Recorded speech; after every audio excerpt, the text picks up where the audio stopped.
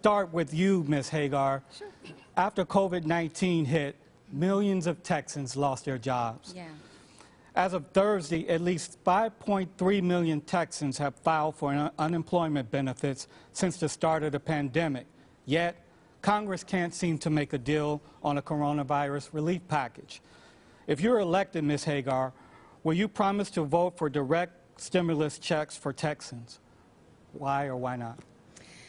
You know, I used to wait tables. I was a bartender. I've been laid off from a job. I think it's so critical that we have people in a position to make these decisions who have actually faced these challenges. So, you know, I believe we can't attack the economic crisis until we get the public health crisis under control, because the public health crisis is leading. We can open businesses all we want, but there won't be customers there to patronize the businesses. So, you know, I believe we need more stimulus. I'm upset that the government and the Senate haven't acted in over 6 months. I was upset that Hegar Cornyn said that he didn't feel a sense of urgency to get more relief out, said that multiple times.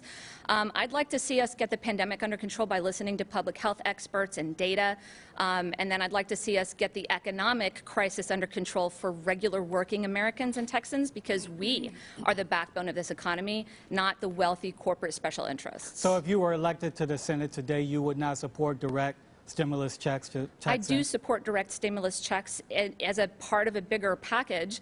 I'm very upset that the president decided to take his ball and go home and stop negotiations. Mitch McConnell just said we're not going to negotiate until after the election. I got to tell you, rent's due on the 1st.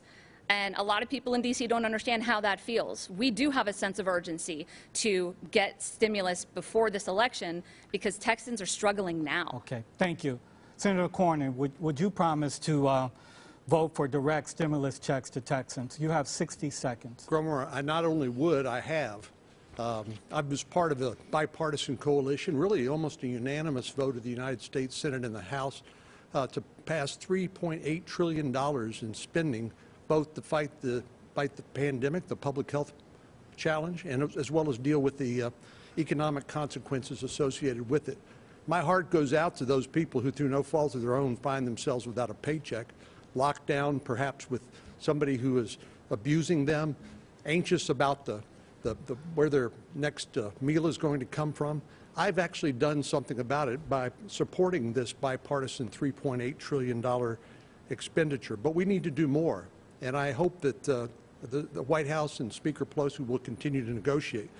But what I don't understand is MJ's, the chief sponsor for her candidacy, Chuck Schumer, single-handedly blocked $500 trillion in additional spending that would have made sure that a vaccine would have been available at the end of the year. I'm going to come back to the stimulus checks in a moment with you. That $3.8 trillion, that was the first relief package. But Ms. Hegar, let me ask you. I need to address that because he used my name. So.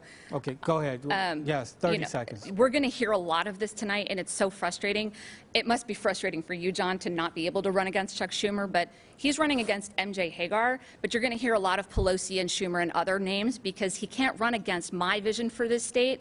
Because the people who are funding my campaign and are supporting my campaign are the grassroots army across the state he has called a liberal mob that have come together and stood arm in arm and given an average of $23 to this campaign, and we've raised millions that way because Texans are done. All right, just let me follow up.